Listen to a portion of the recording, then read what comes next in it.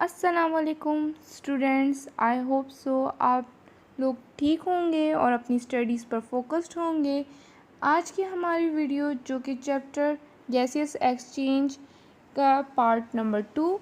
Video में आगे बढ़ने से पहले हमारी एक छोटी सी रिक्वेस्ट है कि कोचिंग जोन को सब्सक्राइब ज़रूर कर दें ताकि हर न्यू इन्फॉर्मेटिव वीडियो आने पर आपको पता चल जाए और आपकी स्टडीज़ में हेल्प मिल जाए। और एक और रिक्वेस्ट होगी आप लोगों से कि इस चैनल को सब्सक्राइब करने के साथ साथ शेयर भी ज़रूर कर दीजिए ताकि ये मालूमात आपको आपके लिए सदका जारिया बन जाए। थैंक्स। तो आज के हमारा टॉपिक है स्टोमेटा। स्टोमेटास जो होते हैं वो एक माइक्रोस्कोपिक स्ट्रक्चर होता है जो कि प्रेजेंट होता है लीव्स की एपिडर्मिस के ऊपर। अंडरस्टूड। और हमारे जो ये प्लांट्स को है ना कि जो ऐसी ओपनिंग्स होती हैं जो कि प्लांट्स को मदद करती हैं क्यों गैसेस एक्सचेंज के अंदर फ्रॉम द इन्वायरमेंट। मतलब कि हम लोगों ने जैसे कि समझा था फर्स्ट वीडियो पार्ट के अंदर कि प्लांट्स जो है डे टाइम के अंदर ऑक्सीजन और कार्बन डाइऑक्साइड इनहेल करते हैं और है ना ऑक्सीजन एक्सहेल करते हैं। उनका फोटोसिंथेसिस प्रोसेस के अंदर ये हेल्पफुल प्रोसीजर होता है। अब हम आते हैं गार्ड सेल्स जो कि स्टोमेटास का एक पार्ट है। तो ये एक ना प्लांट जो कि पार्ट हमने आपको बता रहे हैं कि गार्ड सेल्स स्टोमेटास के अंदर प्रेजेंट होते हैं। एज यू नो जब स्टोमेटास में हैं तो हमने क्या बताया था कि स्टोमेटास जो हैं आपके एपिडर्मिस के ऊपर प्लांट के जो लीव्स होते हैं उसके एपिडर्मिस में मौजूद होते हैं और ये हर जगह होते हैं जैसे स्टेम्स और अदर ऑर्गन्स के ऊपर भी होते हैं क्योंकि ये आपके हेल्प करते हैं गैसेस एक्सचेंज के अंदर। जो they are produce in a pair gap between them that form a stomatal pore. मतलब कि ये एक तरह से पेयर के अंदर होते हैं जो कि गैप है ना इनके बीच में होता है और ये जो गैप होता है उसको हम स्टोमेटल पोर कहते हैं। अब हम गार्ड सेल्स जो होते हैं स्टोमेटास के अंदर वो गार्ड सेल्स का मैकेनिज़्म क्या है, वो क्या फंक्शन परफॉर्म कर रहे हैं उसके बारे में हम आगे डिस्कस करते हैं। वो क्या है, गार्ड सेल्स जो होते हैं ना किडनी शेप सेल्स होते हैं की तरह होते हैं जो कि स्टोमेटास को सराउंड कर रहे होते हैं। जैसे कि हमने पढ़ा था they control the opening and closing of stomatas. ये ओपनिंग और क्लोजिंग स्टोमेटा की करवाते हैं। When the plant has an excess of water, जबकि प्लांट के अंदर जब ना वाटर की मिकदार ज़्यादा बढ़ जाती है तो जो गार्ड सेल्स जैसे कि आप ये देख सकते हैं कि ये गार्ड सेल जो है जब इनमें वाटर की कंसंट्रेशन जब बढ़ जाएगी तो वो इस तरह के ओपन इस वाली पिक्चर में आप देख सकते हैं कि ये ओपन हो चुके हैं, सॉइल अप हो चुके हैं इनके। आप आउटर सरफेस वगैरह का आप देख सकते हैं कि ये देखें कैसे उन्होंने क्या सॉइल अप हो चुके हैं। ये इस तरह के किडनी बीन शेप्स की तरह ही हैं। आप लोग देख सकते हैं कि इनकी स्ट्रक्चर कैसा है ये गार्ड सेल्स का। अब ये देखिए ये जो ओपनिंग आपको नज़र आ रही है इसकी वजह से जब ये क्लोज है और ये ओपन है। अब जब ये ओपन हो चुके हैं ये गार्ड सेल्स तो इसके अंदर ईजीली सारी गैसेस एक्सचेंज आराम से हो सकती है। अब आप लोगों की जो है बुक के अंदर ये एक शॉर्ट क्वेश्चन है जो कि आप लोगों के मौजूद है जिसके अंदर आपके आ जाता है why the stomatas generally open during day time. कि stomatas generally as usual open क्यों होते हैं दिन के वक्त। तो इसका आंसर मैं आपको बताती हूँ जो आप लोगों को हेल्प करेगा वरना कि नोट्स बनने में आपके हेल्प होंगे। आप लोग इसको नोट डाउन कर सकते हैं। During day time the photosynthesis process is going on so it's increase the turgidity of the guard cells. अब जैसे कि हम बात कर रहे हैं कि अभी जैसे कि अभी खुल चुका है इसके अंदर गैसेस एक्सचेंज हो रही है। अब जब गैसेस एक्सचेंज होंगी गार्ड सेल्स के अंदर तो वो जब गैसेस एक्सचेंज होती हैं हमने अब पढ़ा था आगे कि गैसेस एक्सचेंज होती हैं हेल्प करती हैं फोटोसिंथेसिस के अंदर। अब जब फोटोसिंथेसिस होती है फूड बनता है तो ये इंक्रीज कर देती है turgidity of the guard cell. अब गार्ड सेल की जो टर्जिडिटी है मतलब कि उसकी जो कुव्वत है उसको क्या है कि अब जो इलास्टिसिटी है मतलब कि कहेंगे जो है उसके ऊपर दबाव पड़ता है तो जिसकी वजह से वो जैसे आप देख सकते हैं कि यहाँ कितना प्रेशर पड़ रहा है जिसकी वजह से ये ओपन हो चुके हैं। जिसकी वजह से अब हम पढ़ते हैं thus the stomata are open and the process of taking in carbon dioxide and giving out of oxygen begin until it becomes dark।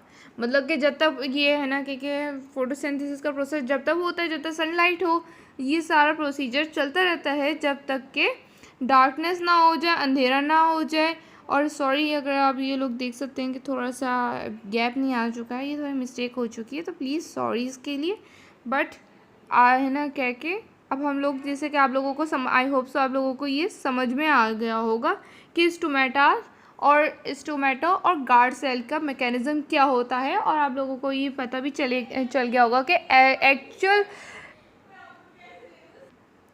तो क्या कि है ना गैसेस एक्सचेंज इन प्लांट्स जो कि पूरा मैकेनिज्म होता है ना। अगर आपका कभी आता है कि define the gases exchange in plants, तो ये गैसेस एक्सचेंज इन प्लांट जो है ना इंक्लूड करता है आपका स्टोमेटा और उसके बाद गार्ड सेल को भी। आप लोग स्टोमेटास को एज यूजुअल आप जब डिफाइन करेंगे तो आप जब फर्दर डिटेल्स में जाएंगे तो गार्ड सेल्स का भी बताएंगे और मैकेनिज्म बताएंगे, और उसके ये सब आप डायग्राम भी शो कर दे तो ज़्यादा अच्छा रहेगा आपके बोर्ड के प्रेफरेंस के तौर पर। आगे अपने और एक और टॉपिक है हमारा गैसेस एक्सचेंज इन एनिमल्स, तो अभी हम उसको भी कंटिन्यू करते हैं। गैसेस एक्सचेंज इन एनिमल में भी गैसेस एक्सचेंज वैसे ही पैटर्न होता है उनका जैसे कि प्लांट्स में हम लोगों ने पढ़ा था। ऑक्सीजन और कार्बन डाइऑक्साइड की डिफ्यूजन होना अक्रॉस द मॉइस्ट मेम्ब्रेन, मतलब थोड़ी गीली सी मेम्ब्रेन होती है, ड्राई नहीं होती, जिसकी वजह से अगर गीली होती है जिसकी वजह से डिफ्यूजन जो होती है ईजीली डिफ्यूज़ हो जाती हैं ये गैसेस। इन सिंपल एनिमल जो होते हैं exchange occur directly with the environment. Simple animals मतलब कि जो छोटे छोटे से एनिमल्स होते हैं माइक्रो ऑर्गेनिजम्स और माइक्रोस्कोपिक और एनिमल्स होते हैं ना, तो उनके लिए तो ईजी है ना, सिंपली वो है ना कि डायरेक्टली इन्वायरमेंट से अपनी गैसेस एक्सचेंज कर लेते हैं। मगर जो कॉम्प्लेक्स एनिमल्स हैं जैसे कि मैमल्स आ जाती हैं हमारी, और बाकी जो कॉम्प्लेक्स एनिमल्स आ जाते हैं, तो वो एक्सचेंज जो करते हैं ना गैसेस, तो वो इन्वायरमेंट और ब्लड है ना कह के उनका मीडियम होता है, तो वो इन्वायरमेंट से जब है ना गैसेस लेते हैं तो फिर उनके ब्लड में डिफ्यूज़ होती हैं, और फिर डिफ्यूजन के बाद उनके जो ऑक्सीजन अगर वो इनहेल करते हैं तो उनके अंदर वो ऑक्सीजन जाके डिफ्यूज़ होती है, और जो है ना उनके इनवर्स कार्बन डाइऑक्साइड जो होती है वो एक्सहेल करते हैं, जो वो सारे अपने बॉडी से ना कह के निकाल कर बाहर ना आउटपुट एक्सहेल कर देते हैं।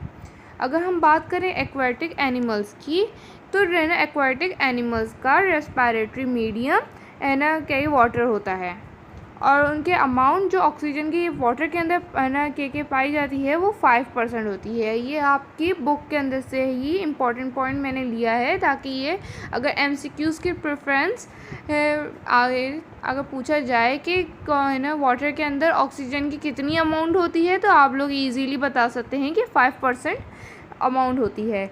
और अगर हम पढ़ते हैं टेरेस्ट्रियल एनिमल्स, जो टेरेस्ट्रियल एनिमल्स होते हैं वो अपने जो रेस्पिरेशन करना कंटिन्यू करते हैं वो एयर के थ्रू करते हैं, और उनके जो है मॉलिक्यूलर ऑक्सीजन जो होती है प्रेजेंट जो एयर में होती है वो 21% होती है, ऑक्सीजन की मिकदार इतनी होती है।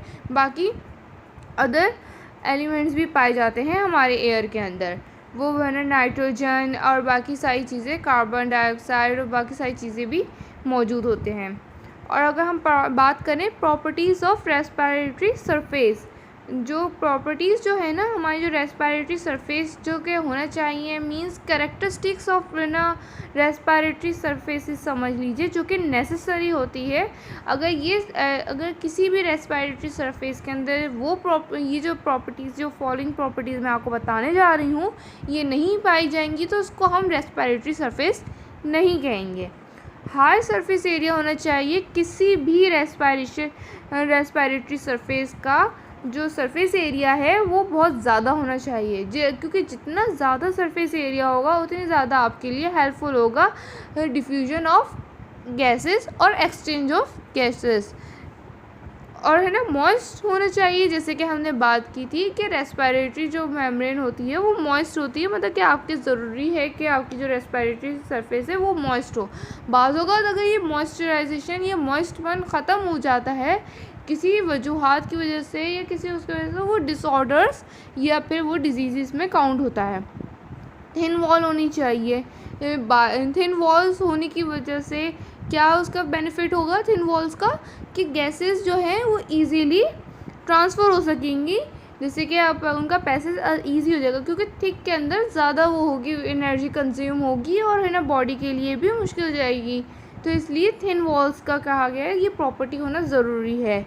And in contact with many blood capillaries, मैंने जैसे कि आपको बता रही हूँ कि ऑक्सीजन और कार्बन डाइऑक्साइड जब वो इनहेल करते हैं और कार्बन डाइऑक्साइड एक्सहेल करते हैं, तो वो जो हेल्प आउट करता है वो के मीडियम है कैपिलरीज ही मदद करती हैं गैसेस को डिफ्यूजन होने के लिए और एक्सचेंज होने के लिए। जैसे कि हम ये एक पिक्चर देख सकते हैं कि ये एलोवेलाई की है, एक ह्यूमन एलोवेलाई की है, जो कि हमारे लंग्स के अंदर मौजूद होता है। ये एक पार्ट होता है, जैसे कि आप लोग देख सकते हैं कि ये कितनी सारी कैपिलरीज हमारी ये एलोवेलाई, ये एयर सैक्स होते हैं जिसके अंदर ये एलोवेलर सैक्स हैं, जिसकी वजह से ये इनकी थिन वॉल्स है, जिसकी वजह से हमारी जो ये एक रेड कलर की आप लोगों को वेन नज़र आ रही है, पल्मोनरी वेन्यूल है।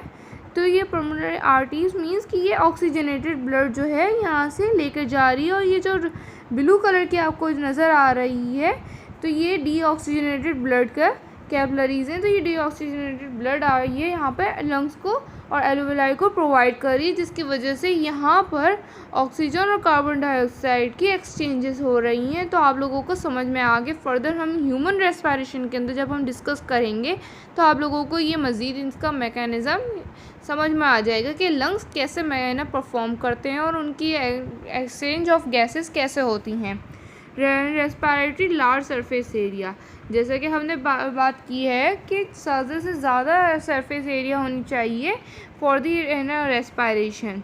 तो अगर जैसे कि हमारा लार्ज सरफेस एरिया होगा तो हमारी जो रेट है the rate of gases exchange भी इंक्रीज़ हो जाएगा और डिफ्यूजन का रेट भी इंक्रीज़ होगा, जिसकी वजह से हम लोगों को हमारे लिविंग ऑर्गेनिजम्स को ज़्यादा से ज़्यादा ऑक्सीजन प्रोवाइड होगी और जो कार्बन डाइऑक्साइड है वो भी जल्दी से जल्दी बॉडी से रिमूव हो जाएगी। अगर इस तरह का नहीं होता तो बॉडी के अंदर डिसऑर्डर्स आ जाते हैं और डिजीज़ आ जाती हैं, जिसकी वजह से अगर कभी कभार आप लोगों ने नोटिस किया होगा कि कार्बन डाइऑक्साइड नहीं निकलती है तो स्किन एक तरह से ब्लूइश कलर हो जाता है, जो उसे कहते हैं कि उन्हें सांस की प्रॉब्लम हो रही है, उनके दमा की प्रॉब्लम हो रही है, मीन्स कि उनके लंग्स प्रॉपरली उनको परफॉर्म नहीं करो। तो लंग्स प्रॉपरली परफॉर्म कैसे नहीं करेंगे, जब उनके अंदर हम लोगों ने जैसे कि ये पढ़ा है कि ये इनकी एक्सचेंज ऑफ गैसेस सही से नहीं हो रही हैं इसकी वजह से।